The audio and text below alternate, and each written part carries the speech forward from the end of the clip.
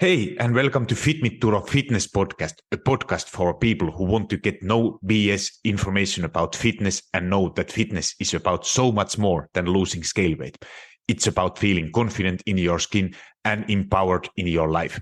I'm your host, Turo Virta, personal trainer, strength and nutrition coach, and most of all, a husband of my beautiful wife, Miriam.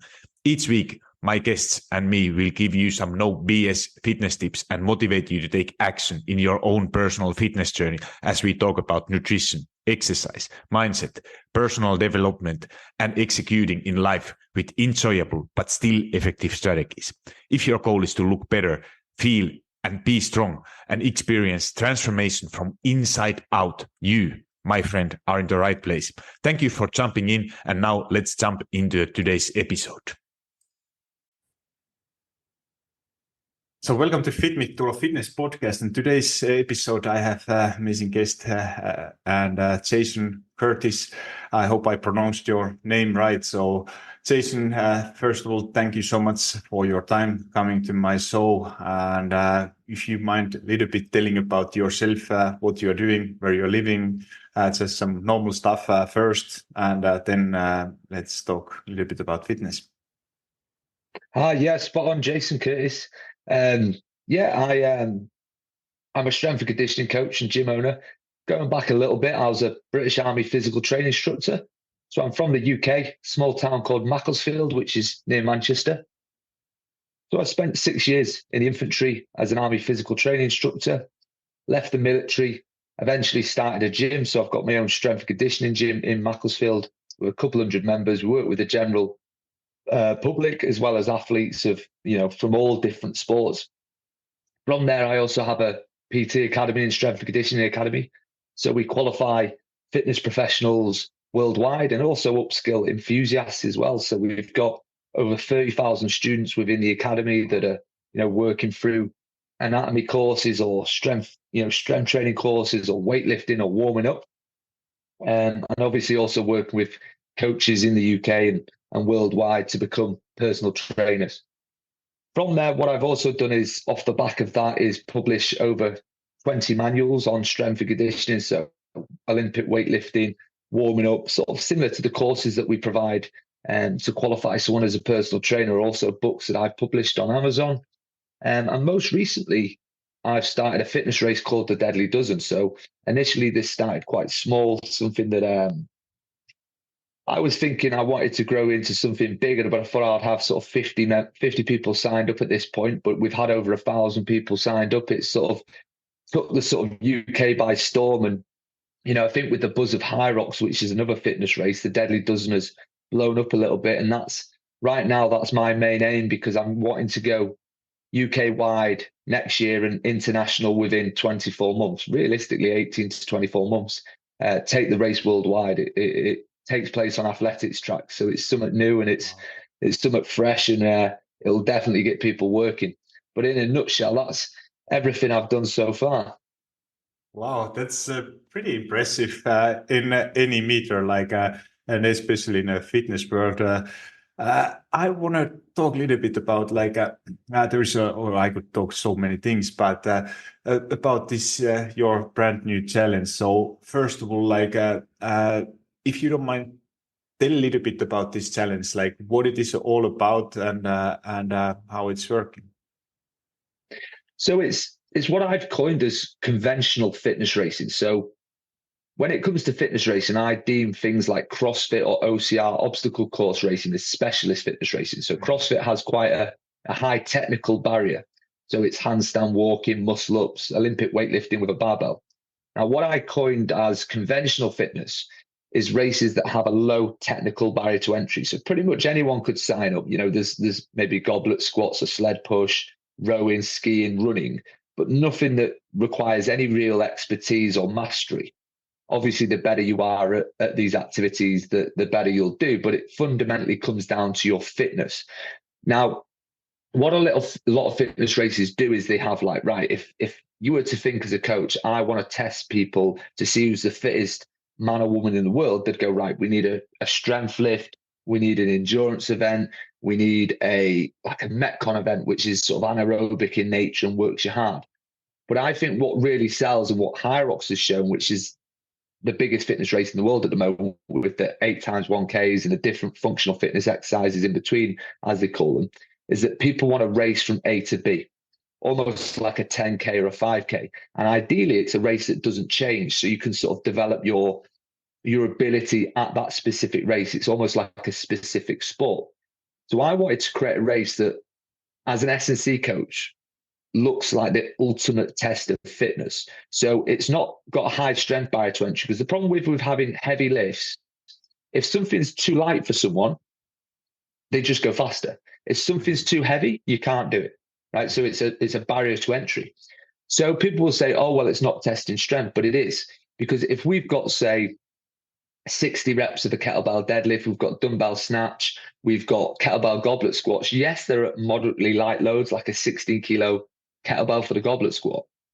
But the stronger you are, the better you'll be at these activities. So that the foundation of muscular endurance is muscular strength. The foundation of aerobic power and anaerobic fitness is an aerobic capacity, an aerobic base. So this race, in short, was something I wanted to create that is like the ultimate test of fitness. Now, in my mind, someone that's strong but also has a very good 5K time is an absolute beast. They're a powerhouse, people that have you get these guys that are, they're over 200 pounds. So they're like 14, 15 stone guys. They're deadlifting over 200 kilos comfortably. They're also running 5K sub 20. Some of them are doing it as low as like 15, 16 minutes, right? To me, they're the most impressive athletes in the world. Now, one of the best ways to develop your 5K time is 12 times 400. So that was the basis of my idea. And it just so happened opposite my gym was a park with a 400-meter loop on it. So initially I was like, I can run a little event in my park. Mm-hmm. However, it transpired that that's obviously perfect for athletics tracks. So what I did is I designed a race that was 12 times 400, and you did functional fitness exercise in between. When we say functional, any exercise is functional. If it makes you stronger or improves you physically, then it's functional. But what we mean is, exercises that are free weight in nature and stuff like that. So loaded carries and stuff. So I wanted movements that train all the key fundamental movement patterns like hinge, squat, lunge, push, stuff like that. I wanted them to be free weight, so body weight, kettlebell, dumbbell, and weight plate exercises, because that means it's the most accessible fitness race and training system in the world, because every gym, garage gym, home gym, has these pieces of equipment, and they're all very simple to use. So you've got 12 labors. I call them labors because I wanted them to be laborsome. I wanted them to be sort of like tiring in between the runs. So you've got kettlebell farmer's carry, kettlebell deadlift, dumbbell lunge, dumbbell snatch, burpee broad jump, kettlebell goblet squat, plate front carry, dumbbell push press, bear crawl, plate clean and press, so just a ground to overhead, plate overhead carry, and dumbbell devil press. And you do these because it's deadly dozen. Everything's based off a duodecimal system or dozenal system. So it's like 60 reps or 240 meters. So the way the labors work, these exercises, the first one is moving from A to B like a farmer's carry. The next one's what we call a rep labor. So it's 60 reps of the deadlift. You're on the spot. The next one's a dumbbell lunge for 60 meters. The next one's dumbbell snatch. You're on the spot. Right. So they're all sort of very simple exercises to do. But doing 60 goblet squats or 60 meters of walking lunges before doing another 400-meter run around the track is going to be horrendous. Oh. And also what we have like timing mats. So every 400 you do, you're all chips. You cross the mat, it gives you time for your 400. You then do your station, for example, a kettlebell deadlift. You cross over the mat again, it gets you time for the deadlift. You then go, you're running. So you're going to get all your metrics for all your 400-meter runs and all your labors. And then you cross the finish line, you get a medal. And basically where I want to go with the race is there's over 600 athletics tracks in the UK alone. Mm-hmm. Worldwide, there's tens of thousands. In America, we estimate there's over 20,000 tracks in the USA alone. So I'm looking to go UK wide next year. I published a manual on this race. So it's a 255-page training manual. And we wanted to go worldwide within 18 months, which will most likely be franchising the brand and getting people running the event on athletic tracks. Yeah, no, it's because I was looking at the idea and I absolutely loved it, because, back here I'm living in Italy, and we have here in Europe, there's a lot of like a Spartan race and that kind of or kind of things where you are climbing or something. But it's obviously those things have also something to do with the strength, but it's not really like how you put it kind of together with CrossFit or actually using weights and those basic exercises in combination with that endurance part. So basically, it's I gotta say I'm a big fan of reading it. What is this all about? No, I really appreciate that. Yeah, it seems to, like I said, I launched a race in my local town, which luckily has an athletics track. And I honestly expected by this point around 50 people to have signed up. We did no paid promotion or real advertising. We set up an Instagram for it. I thought, right, it's a cool brand. First year, don't expect much. Probably going to cost me money to run the race. And then the race is just sold out within hours. Launched another race, sold out within hours. So there's definitely the proof of concept is there. And the challenge now is to just expand fast, really, because what Hyrox has identified is a massive gap in the market, which is more and more people are trained in the gym. And more people, like the young folk, are all sort of starting to train in the gym. And what this does is it turns general gym training into a sport, into a competition, into something where every exercise in the gym, normal exercise, becomes specific to improving your deadly dozen ability or Hyrox ability and other fitness races, right? So CrossFit is a $4 billion brand, yet it's got, and it's great, but it's got like high technicality to it, which is one of its big selling points. That's what people want to do. They want to do complex movements, but that's a huge barrier. Imagine what can be achieved with fitness races that give people the same feeling. It gives people that same buy-in, but it's literally simple stuff like pushing sleds, ski ergs. That's where Hyrox hit the nail on the head. They're selling 5,000 tickets in a matter of minutes. Like in the UK, you can't get on a Hyrox race pretty much unless you're part of a gym affiliate, because they give early access to gym affiliates. And obviously you can, but the tickets sell out in minutes, thousands of them. Because I think the way it's going is Spartan's great. They've actually got a fitness race like this called DecaFit. But the OCR has seen its peak in my mind. I think it's brilliant and it'll always be there, just like CrossFit. CrossFit's seen its peak. But OCR is going and getting wet and muddy and stuff like this. And I think there's a much, much bigger market. I personally think it'll be the biggest participation sport for adults in the world. It won't be the biggest sport for watching. Like it'll never be a football. It'll never be a tennis. It'll never be a cricket. But in terms of adults partaking in sport, because most adults actually stop playing sport, don't they, as they get older? I think this is the true lifelong sport because the injury rates are really low. You're not getting tackled. You're not getting, injury rates are low because you're doing a variety of exercises. So I think more and more people start getting into this style of competition where it's not just elite people. Like CrossFit was very much, even though it is for everybody and you do get novices, but it's very much geared towards like the high level. And I think what a lot of the conventional fitness races will do is they'll nurture an elite sort of side to it, but actually it's more about the mass market. Yeah. And it's more about people coming down, having a good day, enjoying themselves, working hard, working as part of a team. And the way I perceive it is you're going to get millions of people every year doing these types of races because it will be the goal that people will set for themselves. I think the industry has gone from is 10 years ago, and even in recent years, I saw that everyone in the fitness industry sort of leaned into a niche, whether it would be like, right, you just do strength or you just do cardio or you're an ultra athlete or you're a powerlifter, you're an Olympic weightlifter or you're a swimmer, right?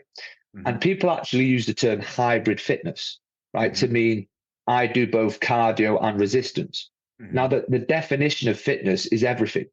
Yeah. So really, if I was to say I'm fit, that should mean I'm strong. I'm also my cardiovascular system is good. I'm also agile. I've also got good flexibility. But the fitness industry became this thing that was either you are one component of fitness and that's what you do. And now I think it's gravitating back towards like people wanting to be a mix of everything. And they're actually coining it as like hybrid. And really, it's just, you're what fitness should be. So I think there will be a massive shift in the industry where rather than people just leaning into one component, they'll want to be strong and fit. And fitness racing is just the best goal to set for that. No, I couldn't agree more, because it's like you said, that it's what I see also in fitness. Like it's so much like either you are power lifter, strongest man, then this is basically just the strength without cardio, or either you are doing running, you are only runner, or doing some kind of endurance, you are cycling or whatever endurance sport. But ultimately, what is important for most of the people, or all of the people, is combination of both. And if you can combine that kind of element with both of them, with the traditional strength exercises like you have done, I found it a brilliant idea. No, I really appreciate that.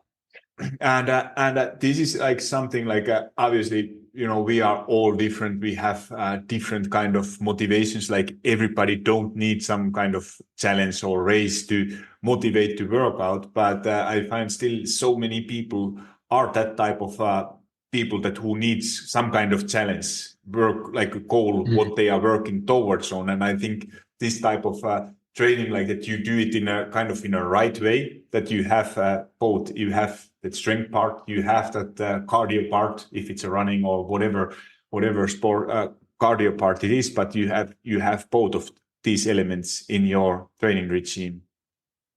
Yeah, absolutely. And I found that, I was one of them people that always said, because I competed in combat sports a lot as a kid, and it was never going anywhere big, but I did a lot of it. So as an adult, I never really felt the need to compete, and I was very self-driven.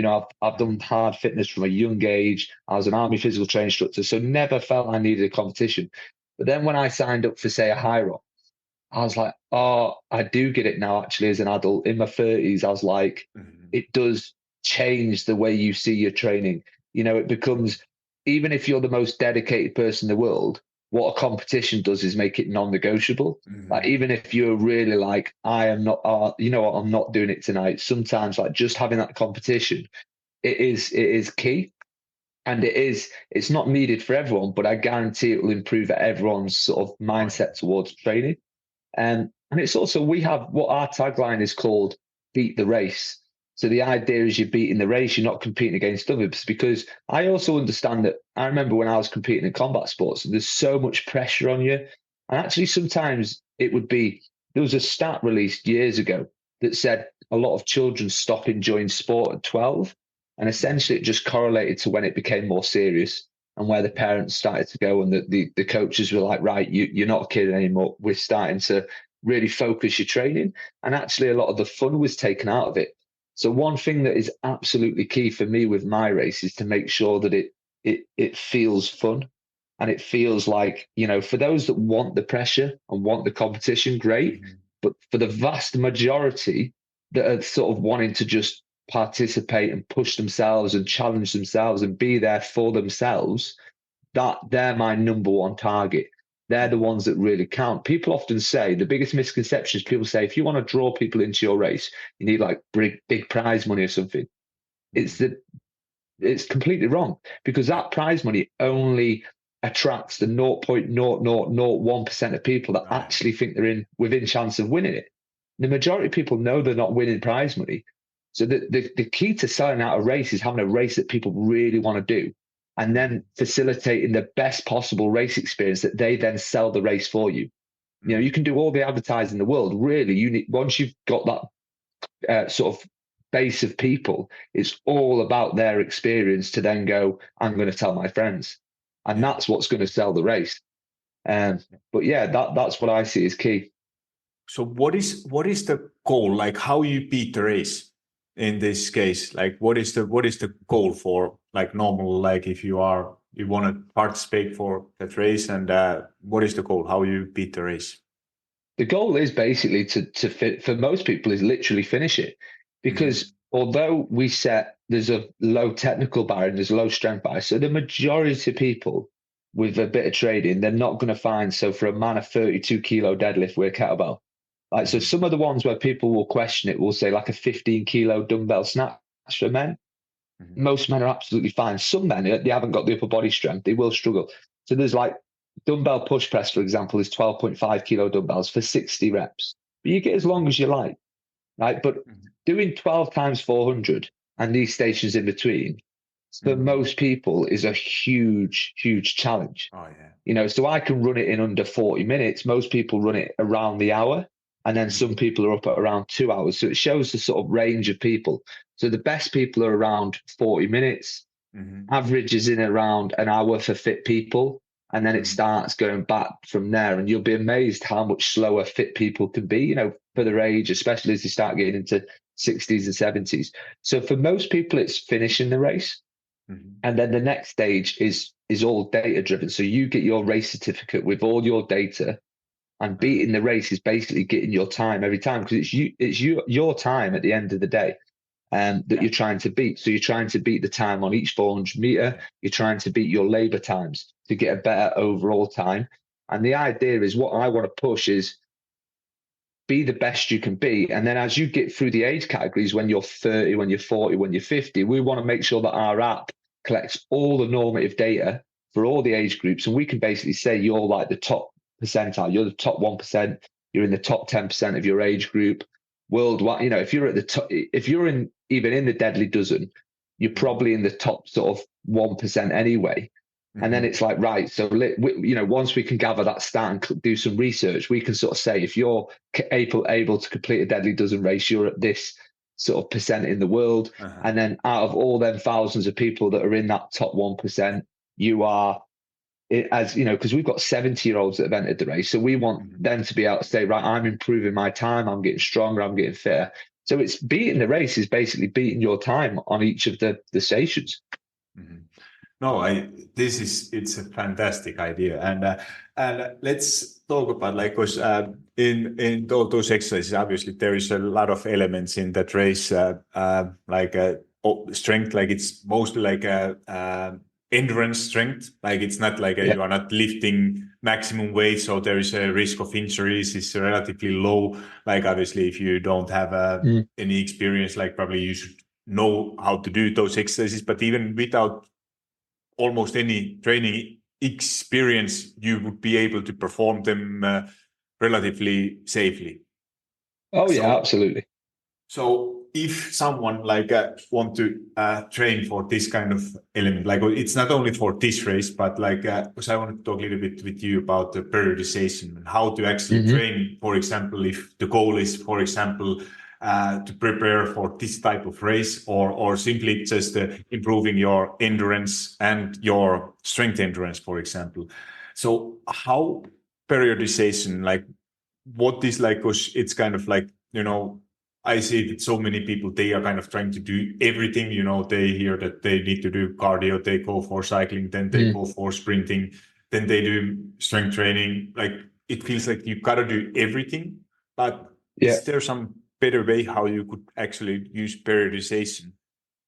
Yeah, so well, basically there's multiple ways. So, and it's ultimately down to finding what works for you. And there's research that back both sides, right? So ultimately we can periodize on a micro level, on a macro level. So the macro level is looking at the bigger plan and how we're going to create training phases where they don't have to be dogmatic any given phase, but they might have a primary aim. So the primary aim within this phase is to develop an aerobic base. That doesn't mean you're not strength training. It doesn't mean that you're not doing any high intensity exercise. It just means that the primary focus is, let's develop an aerobic base, or let's develop muscular strength before we start progressing towards more sport specific activities, maybe more high intensity training, maybe more sort of power training, you know, so sort of going from lifting more volume in our strength training and to develop more of a base of like muscular endurance and prepare the muscles, ramping up to heavier weights. And then obviously you might go towards working with lighter weights, doing more plyometrics, doing more ballistic training, right? So that's the sort of macro level where we're looking at phases. Now, on a micro level is a training week. So a micro cycle is a week of training.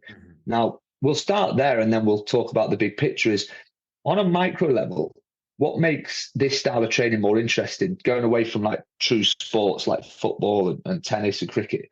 What makes this interesting even from my standing as a coach? I've done a lot of strength programs for people. People buy a lot of programs. I don't have the time to do it as much anymore, but I used to do a lot of it where I was writing strength programs for powerlifters, for general gym goers, people that just wanted to build muscle. And it was very one-dimensional. And actually nowadays I find that style of programming almost too easy and sometimes a little bit boring.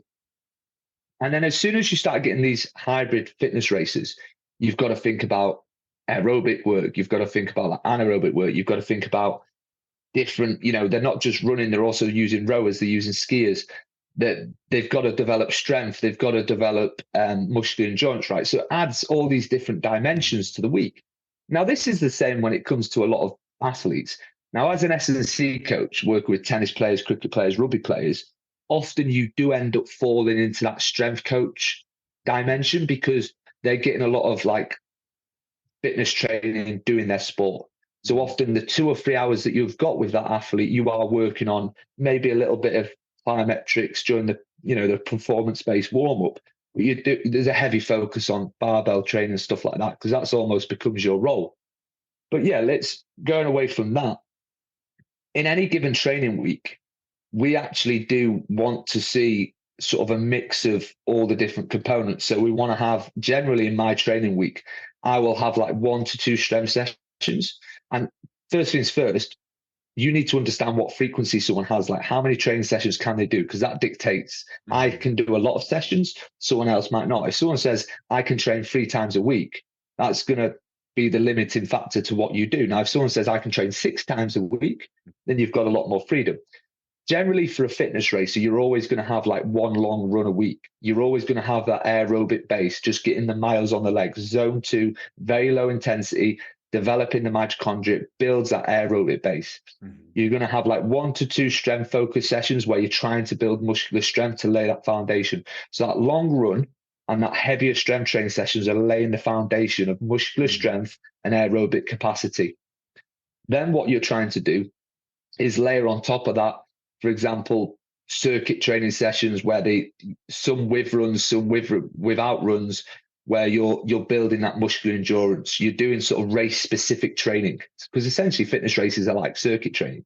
Then you'd have potentially like a tempo session, which could be on a run, so holding a faster pace, but usually around half an hour or lower, like 20 minutes, or it could be an interval session.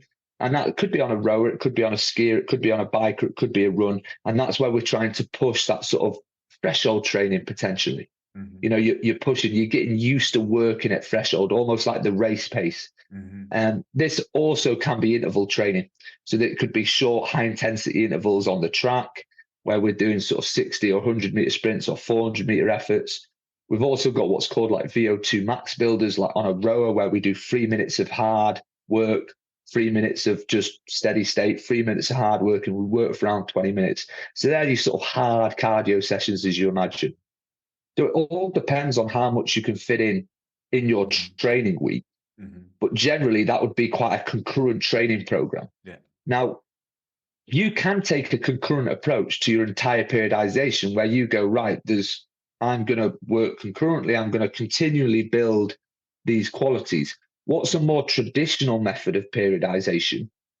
What would often be, it might be a linear or classical periodization, you'll hear these terms, is where earlier on you would layer up that volume. You do a lot more cardiovascular work. You build an aerobic base. So for most fitness races, they need very, very good aerobic capacity because that's the backbone of your fitness in terms of your energy systems, essentially. The aerobic system, the bigger that base is, the better everything else will come. And there's more adaptation that can happen with that system.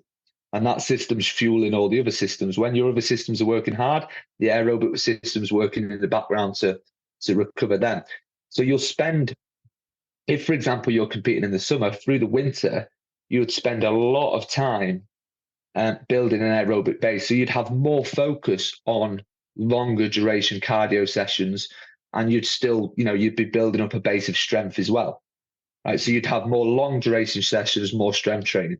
Then as the season progresses, you'd start to add in more specific training. So that would be more of the circuit training, doing more of the exercises that are involved in the race. Most fitness races have exercises with runs in between, and therefore you do what's called compromise running. It's like a type of circuit training where you might do sort of sled pushes into runs or lunges into runs, and you're running fatigued essentially. It's getting used to racing essentially.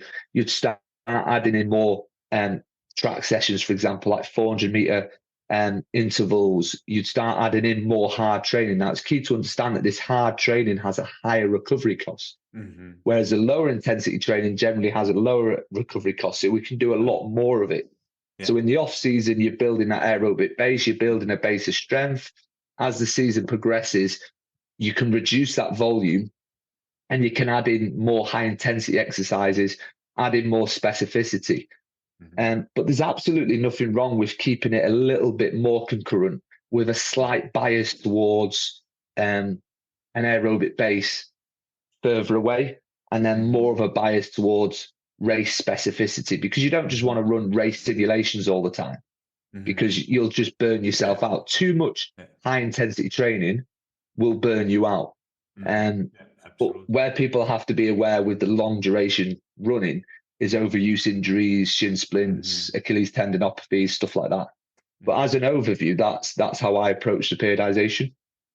Or think about it. That was a very good answer, and I have just a question, like about, like you mentioned that building that base like a little bit further, like if the training season or that the competition season is during the summertime, and you said that it's focusing on basics. So you mentioned a little bit about the kind of easier cardio zone 2, like for some people, like for me is at the moment, if I'm walking fast, I'm in zone 2. That is more than enough for me. Because I personally, I hate running. I don't go to run if I don't have to. But if I'm hiking, I'm walking a lot. And basically I do a lot of, that is my zone 2 training, but I'm not physically running. So for that part, like you mentioned, like what I see a lot of people when they decide that now I'm going to work on my cardio, they go for a run. And it's, at least here, I see often that people, they go kind of too fast for what they are able to do, or then they move kind of for zone 3, zone 4, and they are kind of chasing that feeling that becoming tired, instead of kind of taking a little bit easier approach and being able to do it a lot longer, where you, like you mentioned, recovery time and everything, like it feels kind of almost too easy. Yeah. So they say with zone 2, it should almost make you feel guilty. If you feel guilty and you feel like you're running too slow, you're probably running the right pace. And it can be boring, especially if you're not into it. But a lot of the studies show that, countless studies show, and also anecdotally with the athletes that utilize the methods like the 80-20, where you can get a lot of adaptation in zone 2 with low recovery cost. As soon as you start hitting that zone 3, the recovery cost is high and the adaptation is not always as high. Now, that's why a lot of athletes will do a lot of zone 2, and then the other side of the spectrum, they'll do the really high intensity stuff to develop them systems and get used to being uncomfortable. Now, I'm actually a big believer in, I think there's both sides to the coin. So I think that the research absolutely backs doing zone 2, incorporating. A lot of people that think they don't do it actually do a lot of it. So a lot of athletes that you will say, oh, they never go jogging, but actually they're playing their sport at low intensities, for example, during practice, where their practice sessions of, say, 60 to 90 minutes might be when they're just working on drills, they're just constantly zone 2. So they are actually getting lots of zone 2 work as well while they're practicing their sport. So they don't necessarily need to go on them runs. Now, the reason why runs are so important for fitness racers is because a lot of the runs like mine, Hyrox, Decker, the backbone of these races is running. So although you can develop like an aerobic base on rowers and skiers and bikes, you need to get the miles in the legs. It's the SAID principle, specific adaptation to imposed demands. You can be very, very fit and still not be the best runner because you just on a mechanical level, you haven't got their miles on the legs. And anyone will tell you that this experience is you can run slow to get fast. You do a lot of miles on the legs, not actually working that hard. And then times, because you stay in zone, you get fitter and fitter. And that zone 2 pace gets faster and faster and faster. And before you know it, you're doing PRs without trying. And that's, anyone that sort of feels with running, most people that sort of, a lot of people that can't get into running, they're running too fast. So they don't enjoy it. And then they get injuries. They're doing too much. Like, pull it all back, run slower to get faster. And trust me, with consistency, it'll all fall into place. Now, don't get me wrong. A lot of people just don't like running. Like, I know people aren't. And you can say, oh, well, run slower, try and get into it, do this, do that. A lot of people just don't find running. They just don't like it. Yeah. So like you say, you can go on a bike. Like, I actually use a bike erg a lot. And I actually do, I'm that guy that I'll do loads of emails and work while on the bike erg. And I'll do like 90 minutes on it and just be working away on my phone, doing all the social media, doing all the stuff. And then obviously during the sessions where I can't do like the circuit sessions and stuff, or my interval sessions, that's where I'm training hard. So you can use any mode of cardio. The only benefit of running is that it's specific to a lot of sports, and it's also specific to fitness racing. Now, what I would say is, on the other side of the coin, there is evidence completely. I know plenty of athletes, plenty of coaches that do what is some coaches have coined as like anaerobic stacking, where some guys they never work for any more than like 15 seconds, but they just do lots of it.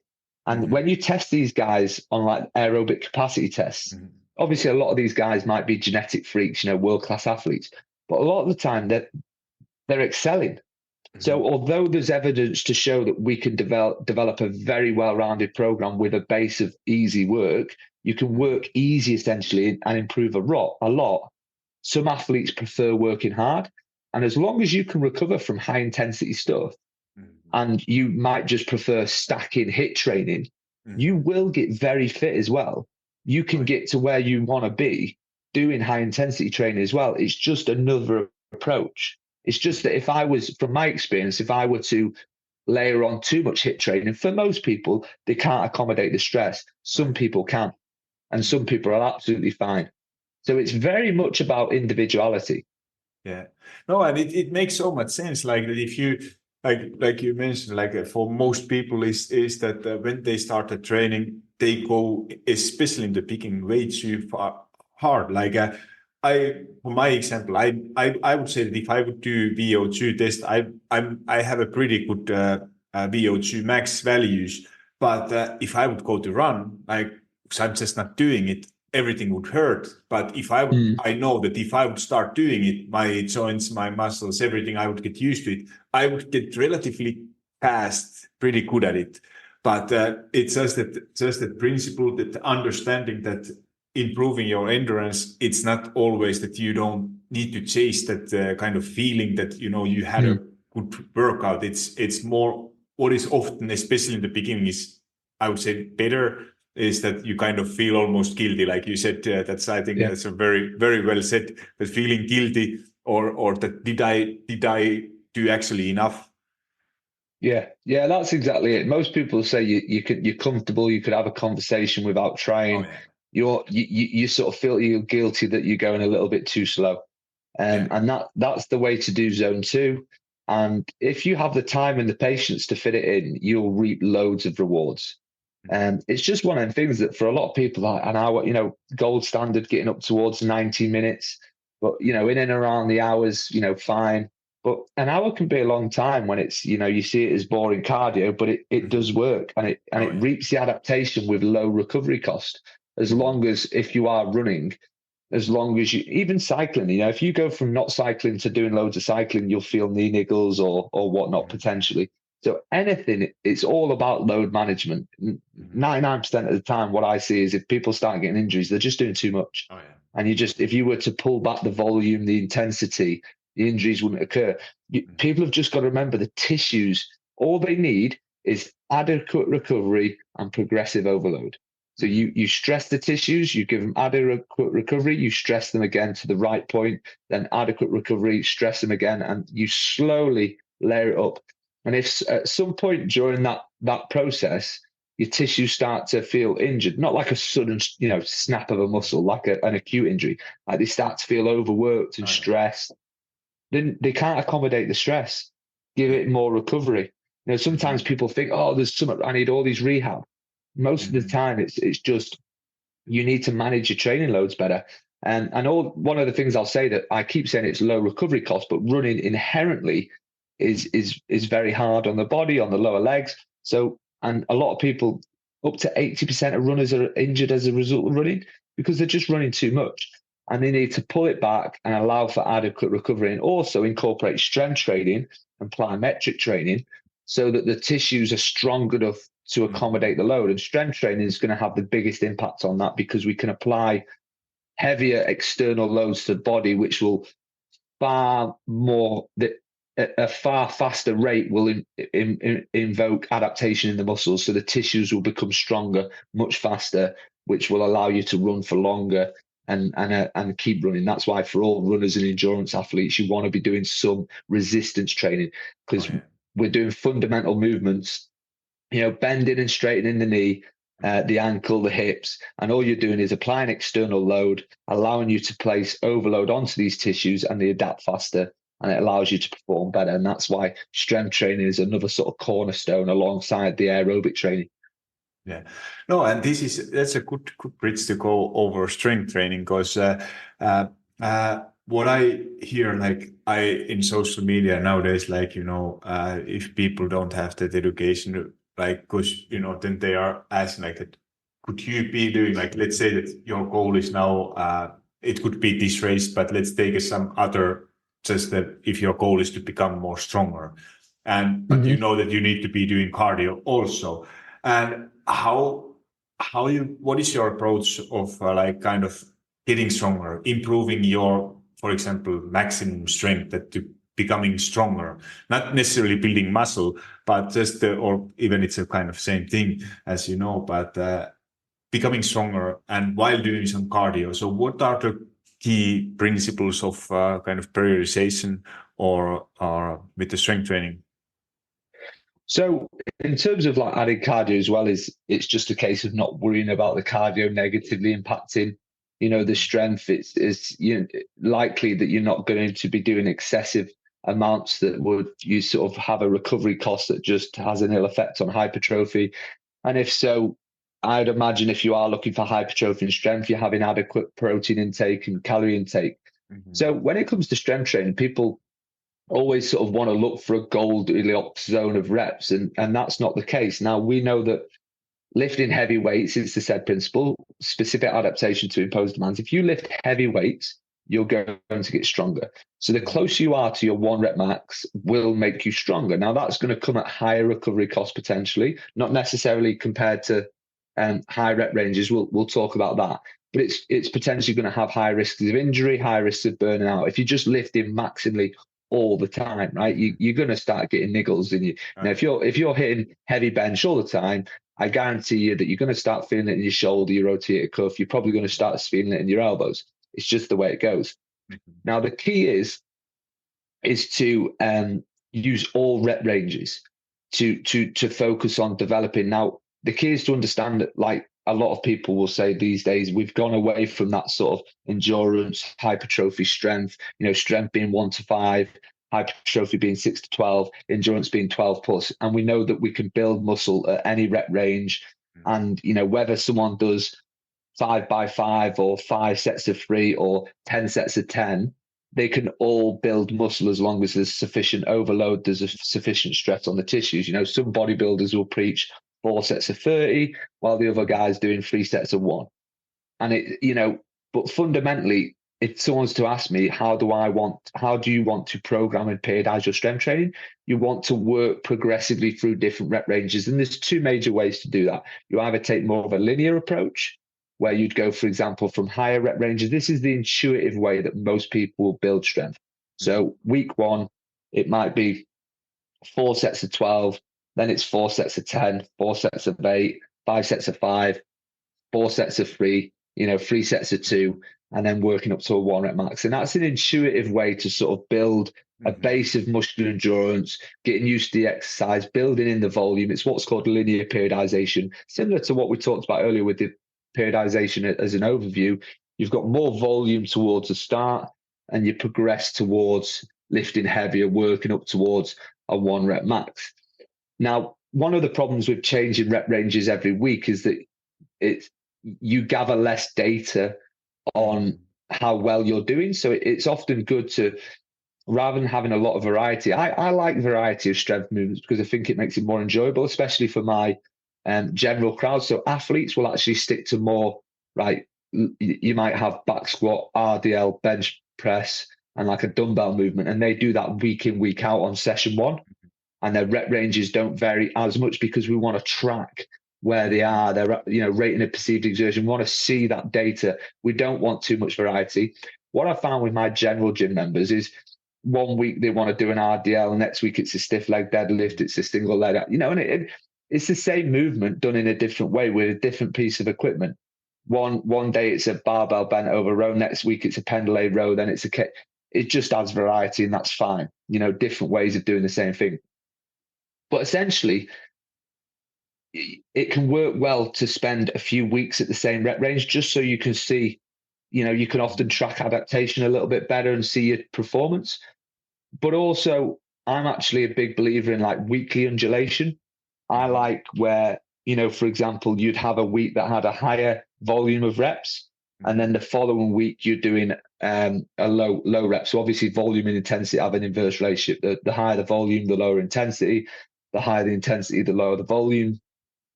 So I like to undulate weekly on a lot of my programs where they'll do high reps or high-ish reps, when we're saying high, like mid to high reps, so around the 10 mark. And then the following week, it's so basically 1 week it's above 5, the next week it's below 5 reps. And then you've got that contrast. And I found for a lot of people, it keeps them interested. They know if they've had a heavy week in the gym, they're then going into like a volume week. Now that's a different way of doing what's called daily undulated periodization, where some people would do like volume day and then they'd do heavy day. It's like the conjugate method where they'd have the max strength day, then they'd have the dynamic day. So they'd have max strength lower, and then it's like, and then max strength upper, then it would be dynamic lower, dynamic upper, so speed lifting. And that's a similar version of like daily undulated, where you'd have a high volume day, low volume day, high volume day, low volume day. But I prefer the weekly model or the bi-weekly model, where you work, you change it weekly. I just think it works really well, and feedback from a lot of athletes and general population is that it keeps training programs quite interesting. But still, even within a weekly undulation, I'll often work with quite a linear format, where there's higher volumes earlier on, and then it progresses towards a Jason, I lower lost volume. But yeah, sort of training loads, because your weeks where you're doing sets of 10, have your weeks where you're doing 5 singles, and also don't just do a 1 rep max, do it where you are doing 6 singles at 90%. Or even 85%, where you work at doing hard, fast single reps. That's how you will become a better lifter. Doing 3 sets of 2 at 95%, which are true max effort lifting, but also do, 8 sets of 2 at 85%, for example, where you're not maximal on any given set, but you're just getting like hard, fast reps. And I think people are sometimes not creative enough with their rep ranges, and sometimes they're either going hard or they're going high volume, and sometimes that can be a little bit more nuanced. Yeah, no, I love to hear all these ideas as it like I'm big fan. Like I love to do, like, let's say 3 to 4 weeks with kind of heavier programs.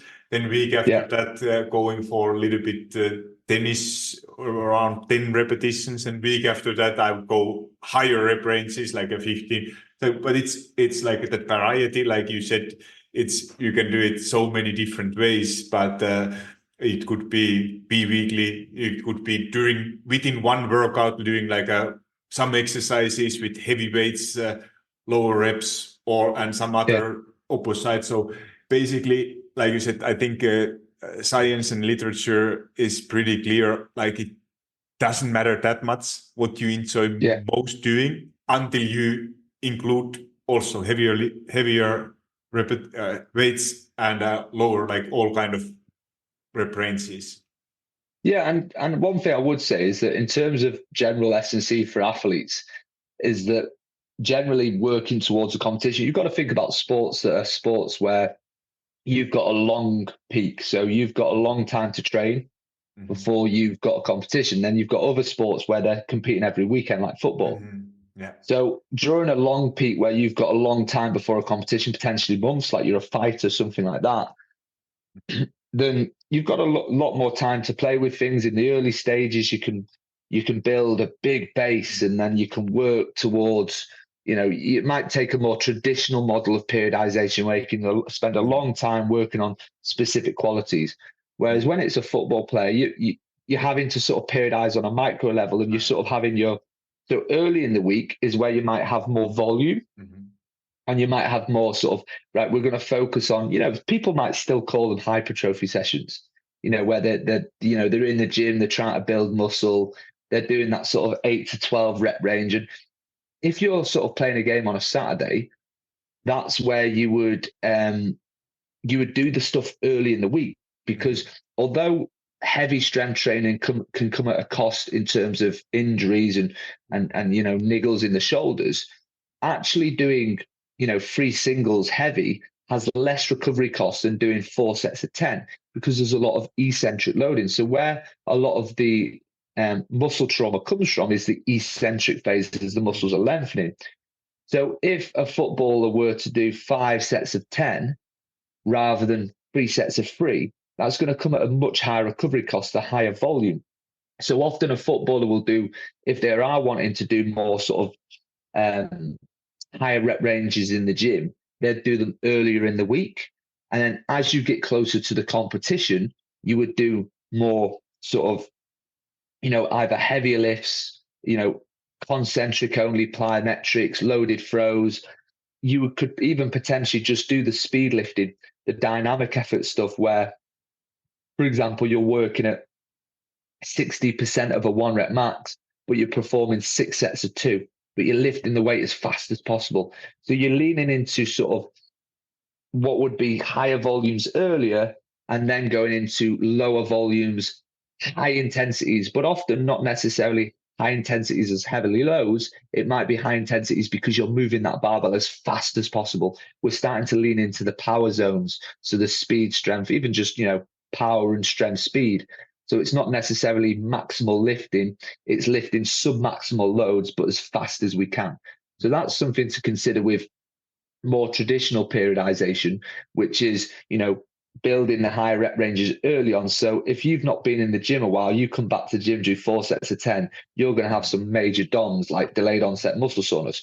So it's a good idea when you're not having competitions of almost breaking that sort of out. So it's sort of going, right, let's get in the gym, let's build all this volume and let's get you used to doing back squats, deadlifts, bench presses. Let's do all that traditional, hypertrophy work as you'd see it, the sort of them mid rep ranges that, we know any rep range can build muscle, but that's the sort of traditional model. And it conditions the body just like running would condition your body. You condition yourself to then, as you get closer to the competition, you start refining the rep ranges, you start changing the way in which you're using the exercises, making sure that there's not too much eccentric loading. So you're not doing advanced training techniques like slow eccentrics where you're slow through the eccentric phase, or you're overloading the eccentric phase. So you're not incurring too much muscle trauma, too much recovery cost as you go into the competition or the peaking phase, essentially. No, I think we could keep going for another hours, but this was such a helpful episode. Thank you so much, Jason. I think we gotta stop it for here. Do you mind sharing people a little bit about your race, how to reach out, where to find you? Yeah, so the best thing to do is just go to my personal Instagram, which is Coach Jason Curtis. And you can find me there, and all links to everything else that I do. It's a good sort of page to follow because I give away free ebooks twice a week.